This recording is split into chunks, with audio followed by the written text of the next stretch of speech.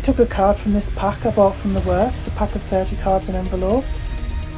For the card topper, I took a piece of card and cut it to 6.5 by 4.5. For the decorative strip, I cut a piece of pattern paper to 6 by 2.5.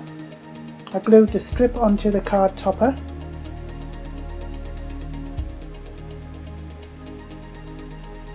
Next, I printed and added the sentiment.